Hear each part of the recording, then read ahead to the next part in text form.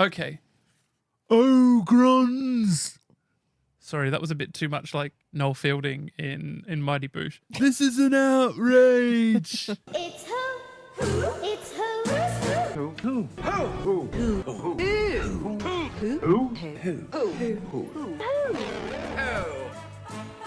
Ogrons. Who in the Whoniverse are the Ogrons? I don't know. Who are they? Tell me. Okay, so the Ogrons are a race of sentient beings, although sentient is debatable. They are thick. They're basically portrayed as Neanderthal ape-like creatures. Basically, if you made, an orangutan smart enough to understand what you were telling it and do basic menial tasks, this is what an ogron is. Yeah, they do the grunt work. They literally do the grunt work because they spend a lot of time grunting. They are a mercenary race. The first time we ever see them is in Day of the Daleks, where they are working for the Daleks because they have hands. Jazz hands. So they live on this planet, which is a barren rock-like... It's a quarry. It's a quarry. It's a quarry. It's in Surrey, actually. That's specifically that quarry. Yep. Oh. There's a wonderful line in The Curse of Fatal Death, whereas I was sick of all the injustice in the universe, all the terror, all the endless gravel quarries. Although most of the time Doctor Who used slate quarries. Anyway, so the Ogrons live on this planet. Yeah, they are like, they do grunt work. They get easily spooked. They worship a hideous creature. What I love about someone has taken the time to think about the Ogrons. Like, they worship this thing as a god. It is a real thing that lives on their planet and eats them. Yes. It's not like they're just, and their way of dealing with it is praying to it. Yeah, praying for it not to eat them. Yeah. So I will start out by saying, so obviously in the novelization, The Space War, they fix what that thing is because there was a lot of controversy on set about the creature and how it looked, and the director hated it. Is it because it looked like it just like a couple of duvets sewn together and spray painted yellow? Like, yeah, just like some sleeping bags or something. Yeah. So I don't know how much you know about it, but basically the director saw it and went, I hate it. Cut it out of the script completely. It looked like an intestine. Yeah, he didn't want it, and they cut it out, and they had to try and go back to the drawing board with it, but they didn't have time. But by the time they realized they couldn't fix it, they'd wrapped on Frontier in Space, so they actually had to film its sequence as part of the Planet of the Daleks. So it was actually a different director and crew technically filmed those shots. Oh god! Because they just there's only fix one it. shot of it. Yeah, because they cut the rest of it eating things out because it just looked awful and they didn't want it in there. It would not have been able to be done in 1973. No. So in the book they change it and it is not a slug sleeping bag duvet. It's more like a T-Rex. Oh, okay. Because that is actually scary. Yes, it's just straight up a reptilian creature that Joe's like, oh, that looks like a T-Rex. Except it's got long arms that can actually pick stuff up and eat it. Oh, a less depressed T-Rex. I could probably find the description and read it. The brief battle was terminated by the roar of one of the planet's giant ogron-eating lizards. Its great head and shoulders suddenly appeared in the Doctor's view as it reared up from behind the rocks. The shape of the head, reminiscent of the Earth's one-time Tyrannosaurus rex, with savage shark teeth angled backwards into its mouth, was the same grey of the sand and rocks. Different from Earth's most vicious reptile, the lizard's upper limbs were long and mobile, ending in enormous seven-fingered claws. Okay, interesting. So they have a temple thing to it, like a offering area. Yeah. The Ogrons have it in their cave. Yeah. And yes, Jo sees it when she's creeping through the cavern, and she notices that it's in crude shapes, which she presumed was the best one might expect from an Ogron artist. The wall drawing showed a huge animal like a lizard, or one of Earth's prehistoric dinosaurs, holding something in its claws. She went closer and saw that what it held in its claws was in fact an Ogron, a tiny figure dwarfed by the size of the monster. And then, as she watched, an Ogron emerged from a brightly lit area carrying an armful of strange fruit and vegetables. He walked up to the picture and spoke to it. "O great mighty one, I bring you food. Eat well of what we give. Allow us to share your planet. Do not eat Ogrons." And then he bows to the picture and leaves.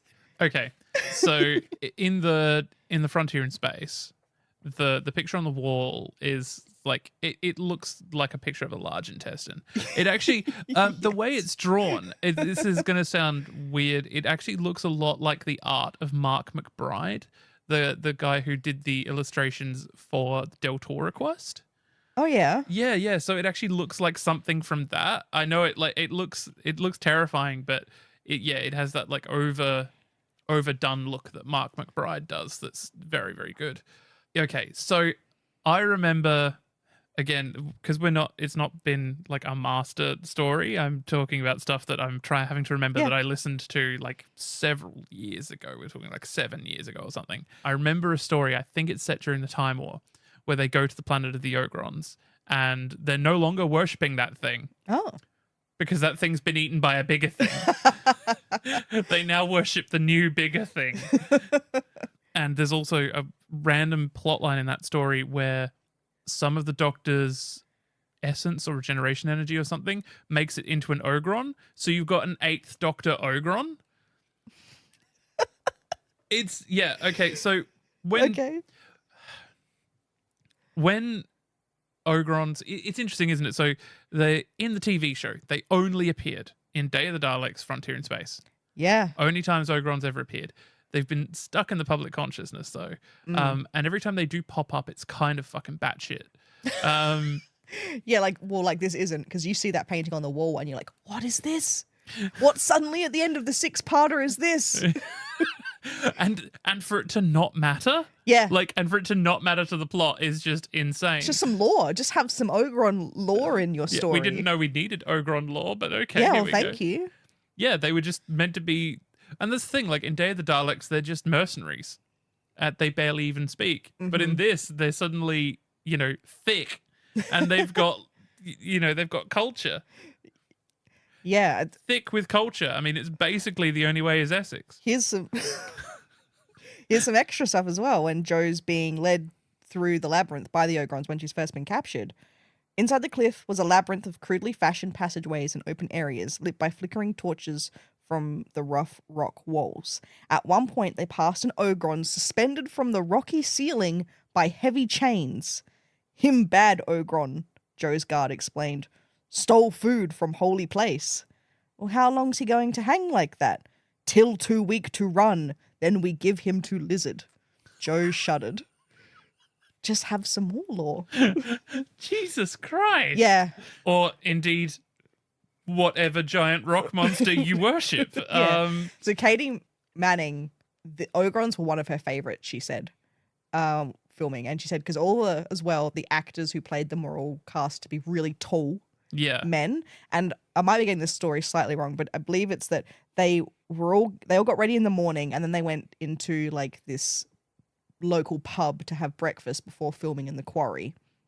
And there were some day drinkers in there. And one of the guys fully dressed up as an Ogron just lumbered up behind them and like tapped one of them on the shoulder and just went, "Urgh." And these two guys just looked at their drinks, put them down and like ran from the pub.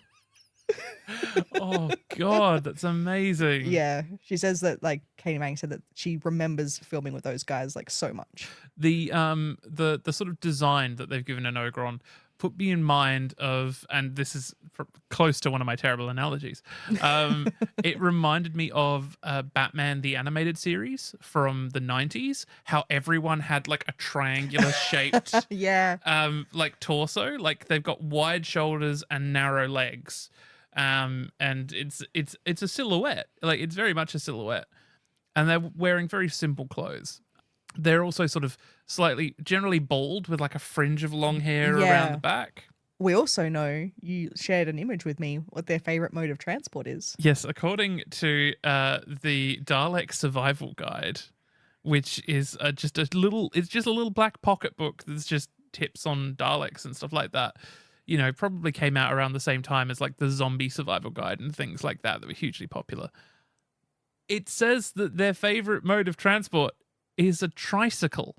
And it comes with the illustration. It comes with an illustration. Go on our Tumblr. You can check that out. It's what? Like, I honestly don't. I did like. I saw that and I'm like, I don't know what to do with this information. Amber, you have it. Yes. Yeah, it's amazing. One, that someone wrote that, and then that they then commissioned an artist to draw it Yeah. in this book that they probably thought was just inconsequential. They were like, this just doesn't matter. This is canon now. But yeah, it's canon in my mind. I couldn't imagine the look on the master's face as he just sees one of them come around the corner in a tricycle. I want them to have like a bell I or want like them- a little.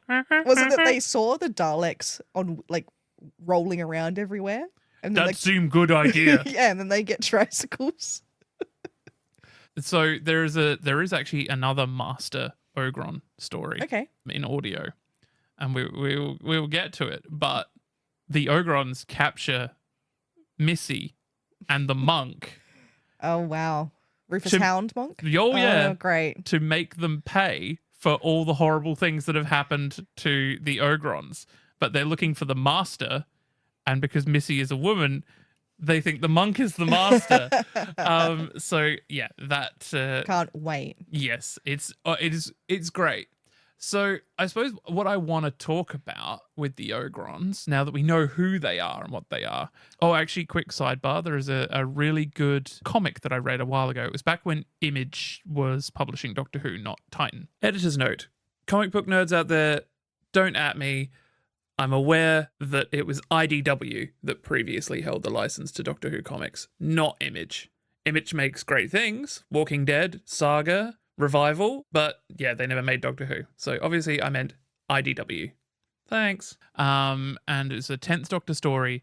The 10th Doctor gets put on trial. The Doctor is always getting put on trial. There's always some sort of legal thing. But basically, some Ogrons have a problem with the 10th Doctor because basically the Doctor defeated the Ogrons so many times that they've stopped being hired as mercenaries and the whole planet has just gone to shit. Oh no. Yeah, it is because of them that the Jadoon have risen to power. Wow. And we already know that the Ogrons are hard up enough. One of them had to steal food from the holy place. Yeah, and then and then had to be turned into food himself. Yeah, now there's no food for any of them. Yeah. They're already struggling. I mean, their god or gods aren't struggling. They're not even gods. They're I just the know. dominant species. It's like if we were the sharks, like, oh, please, sharks, take of the fish offering and do not eat us when we enter the water. I genuinely, I love it. It is such a brilliant concept, like worshipping something that is actually real. Is your predator. And is because your predator. you don't It's- know how to... I mean, we worship the church and they're our predator. Oh, zing! Oh, didn't that's think you were going to get that's that level of social commentary on this show, did you? topical. Okay. Fucking hell.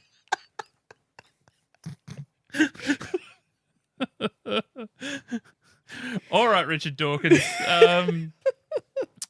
Okay, so I suppose now that we know who the Ogrons are and we've talked about their appearance and stuff, I want to talk about why we haven't seen them.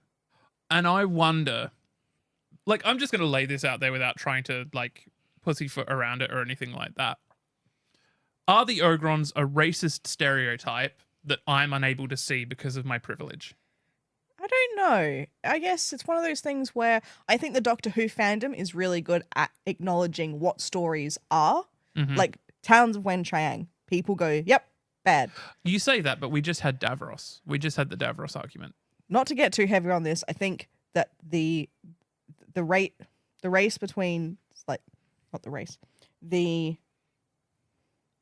a difference between racism and ableism. I think ableism is behind in the zeitgeist, like in people's minds, understand compared that. to race. So the race issue is greater than the ableist Yeah, okay. issue. So that one we acknowledge first because that's a sort of just something in our minds we know of stronger. Yeah. Now ableism's catching up now, Yeah. sort of thing. So people can definitely look at episodes and go, that's racist by today's standards. Yeah. I've never seen anyone point at that episode as being like, oh, it's a shame that they have this. Like, I've never seen that. But No, me neither. episodes that do have it, people I have seen point out which ones are bad for that. Mhm. So I would say not necessarily.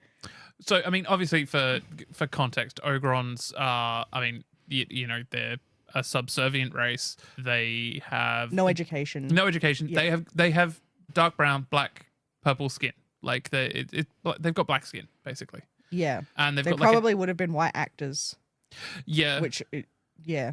but that's like where do you draw the line with an alien? I guess Yeah, is one of those exactly. things. That's the other thing. I think they are not framed to be a particular. I would just say no. I don't think so. I think they are just framed stronger as Neanderthals.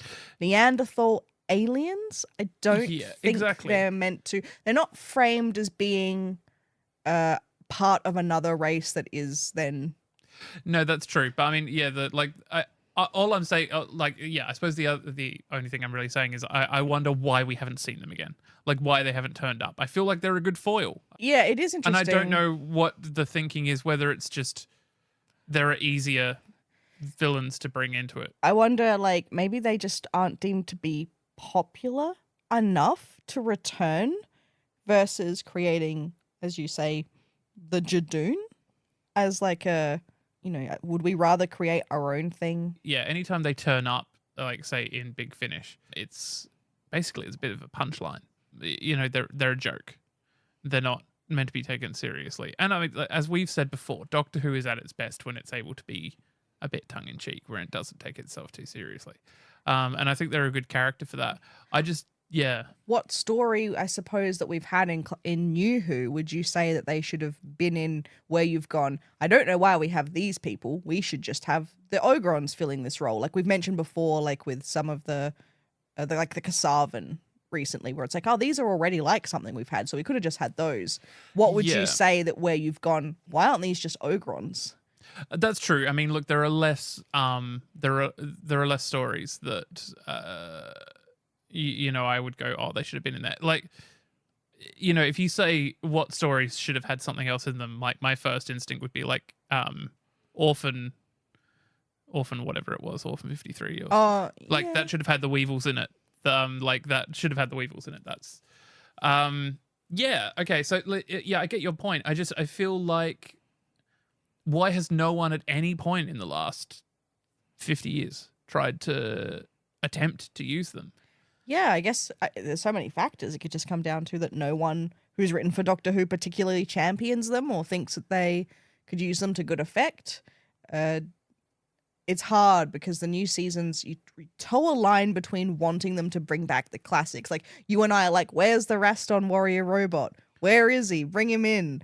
Compared to being like, I want to see fresh and new ideas. I don't want to see the Daleks again. Yeah, no, I'm sick of the Daleks. And look, if you're going to bring in the Daleks, bring in something else that gives them, like, if you're going to bring the Daleks back, bring back the Ogrons. That would be a great new thing to do, is because... It's not like, when Russell T Davies brought back the Macra in the Gridlock episode, and they're there just because they're there.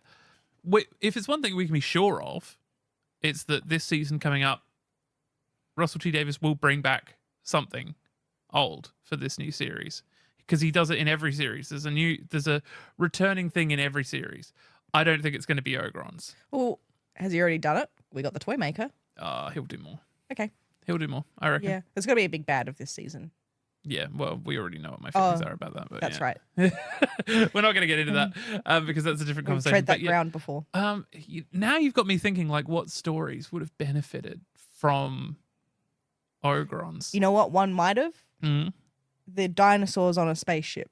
Because instead of the comic robots with Mitchell and Webb, which are so underused and not worth it. Imagine if you had the Ogrons or something being the ones who are transporting the dinosaurs. Yeah. Something like, that's the kind of thing where you could say these robots were not worth it. You could have brought the Ogrons in and had a cool callback to classic Who, and them be stupid and lumbering and not able to fulfill the job like the robots do. Yeah, no, that makes total sense. I think that's going to be my assignment now. I'm going to go look back at classic, look back at, even just Doctor Who from the Fourth Doctor onwards, like any stories that could have featured Ogrons, but for some reason did not. Similarly, correct me if I'm wrong, because I don't know about, I don't have the encyclopedic knowledge that you do. Do we use Draconians again?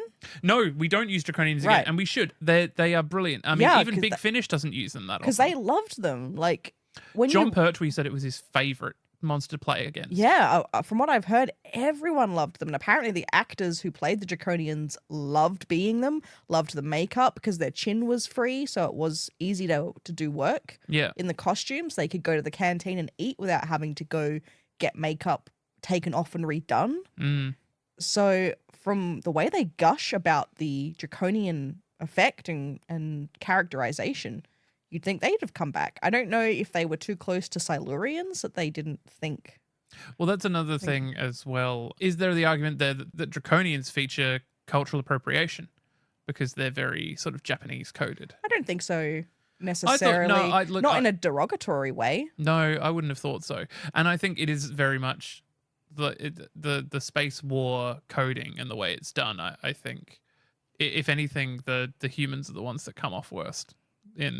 Absolutely, because we find out the general, he was the one who made all the mistakes. Yeah, the Draconians were just coming to help, and they were the ones who were targeted. Yeah, I think they're a proud and noble species, and that comes across. They're sexist, and they tell Joe to shut up a lot and not to speak, but that's about it. Which isn't in the 70s that unheard of. Exactly. That happens all the time. So yeah, shut up, Amber. Wow, we're not in the 70s now. I wonder, is there any kind of rights issue with them? Possibly. Look, they've been in Big Finish. Okay. So obviously they appeared first in this story. So that means the estate of Malcolm Hulke owns the rights. So he owns the rights to his character. So whether or not he didn't want anyone else playing with his toys, which is totally reasonable. Like, artists are allowed to not want other artists touching their things. Yeah. And I wonder as well, like, isn't it interesting that we haven't had Big Finish tread the ground of going back to show John Pertwee, or whichever regeneration it was, becoming a noble of Draconia by helping them? There is one, as far as I know, there is one Big Finish Draconian story. It's called Paper Cuts, but yeah, I can't quite remember what happened in it. So yeah, Draconians are another great example. And like, John Pertwee always said his favorite was the Draconians, or his favorite was any monster that you could see the eyes and the mouth. Yes. Because you could act against it. You could play against it. You could get emotion. Yeah, the book as well. Yes, the book, The Key to Time by Peter Haining. Do you want to read some of this and you can decide how much you want to keep in? Sure. A rare piece of national publicity for more people at the heart of Doctor Who's success story, John Friedlander and his team at the BBC Special Effects Department is in an article headlined Doctor Who's Great Green Monster Machine, carried by the Sun after the opening episode of Malcolm Hulke's Frontier in Space, which produces another memorable enemy for the Doctor in the shape of the Draconians. Friedlander reveals that their terrifying faces are actually based on the comedian Dave Allen. Amazing. Monsters are very much a team effort, he explains. I go along and I see the director who explains the effects he wants. Then we get together with the costume department and makeup and work the thing out.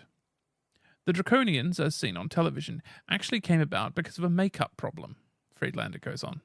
Sandra Shepard from Makeup found that at one point they needed 12 Draconians to be on set at once. Since it takes literally hours to do one, obviously, she couldn't manage 12 in one day.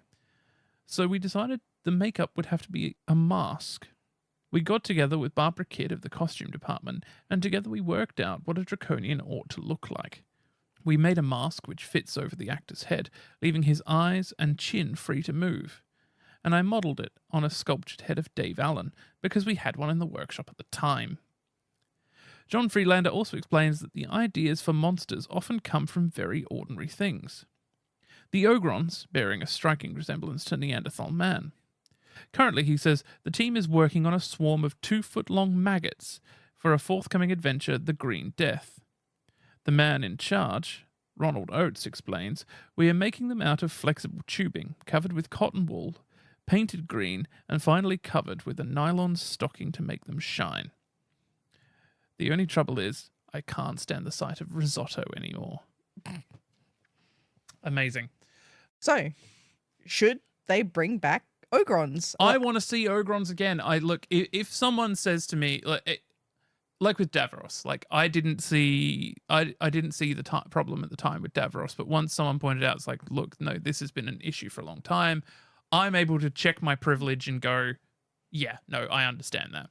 If someone points out to me that, yeah, no, the Ogrons are probably best to just be left alone, I'll be like, okay, cool. Yeah, sure. I think that they have potential, though, if people can accept them, and I think people can.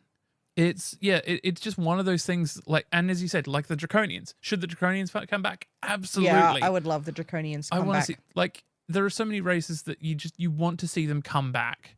I'd like to see their redesign for New Who. Yeah. And I mean, sometimes, yeah, just chucking things in the background, even if it is just a little sight gag or something. There's an episode, the very first episode with Bill and the 12th Doctor.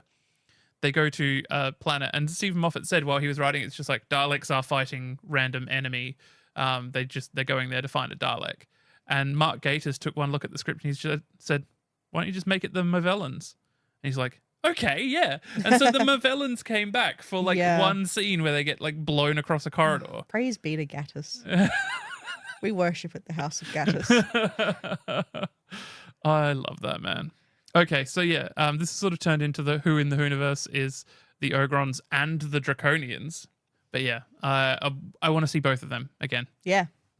Yeah, they're a cool example of classic ones that you could bring back and it wouldn't be too in your face. Yeah. And I mean, they're not your bubble wrap monsters. They're not like the antimatter monsters from the Three Doctors. They're not like the thing that the Ogrons worship. Yes, exactly.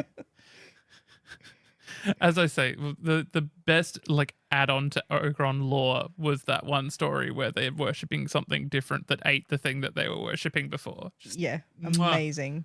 Well done. Who?